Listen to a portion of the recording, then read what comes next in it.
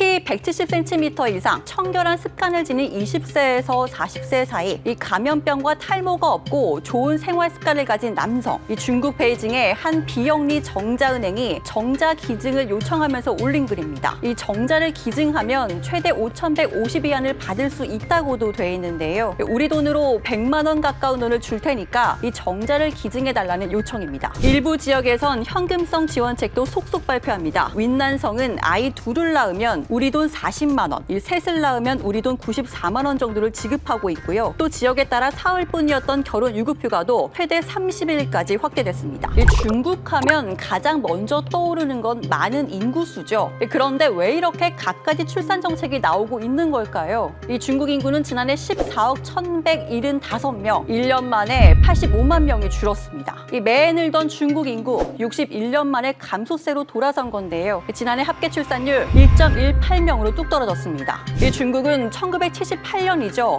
한 가정 한 자녀 정책을 도입했죠. 이 한 명만 낳아야 하면 아들을 낳자는 인식 때문에 이 성비 불균형이 심각해졌고요. 이후 중국 정부는 2016년 부자녀 정책, 이 재작년부턴 세자녀까지 허용했습니다.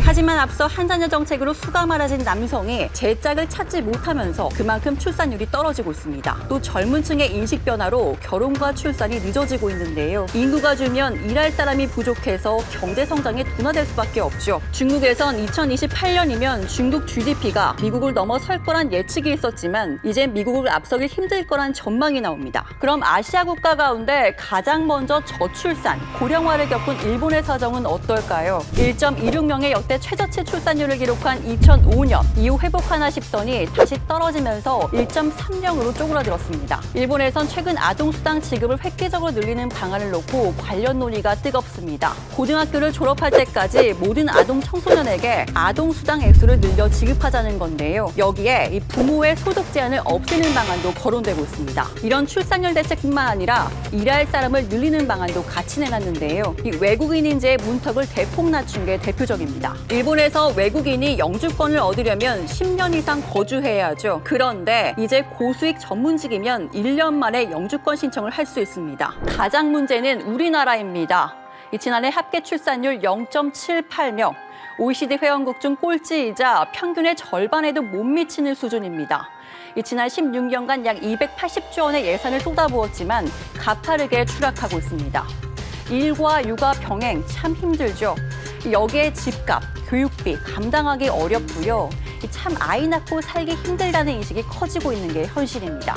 이 전문가들 사이에선 아이 낳으면 돈 더 준다는 식의 기존 저출산 대책은 한계라는 지적이 나옵니다. 탁상 공론식 행정에서 벗어나 보다 실질적이고 과감한 대책이 필요하다는 뜻입니다. 주택을 주게 되면은 민간 개발사가 또 뭐라 그렇겠죠. 60, 70대에서 반대가 오거나 그런 게 있겠죠. 아니면은 청년들을 많이 채용하는 기업이나 이런 데에 훨씬 많은 혜택을 준다거나 그럴 수 있는데 그렇게 되면 언제든지 거기에 포함되지 않는 쪽에서 상대적으로 불만을 제기하거나 형평성에 맞지 않다 이런 얘기가 나오겠죠. 설득을 하고 미래를 위해서 이 부분은 우리가 서로 조금 희생해서라도 공감대를 만들어 나가야 된다는 얘기를 과감하게 해야 되는데 출산율 반등에 성공한 프랑스 사례를 참고할 필요도 있습니다. 프랑스의 합계 출산율 2021년 기준 1.83명으로 EU 국가 가운데 최고 수준입니다. 이 동성동거 부부나 한부모 가정이 일반화되면서 이 출산율을 끌어올린 건데요. 이 프랑스 신생아 가운데 혼외 출산 비율 62.2%입니다.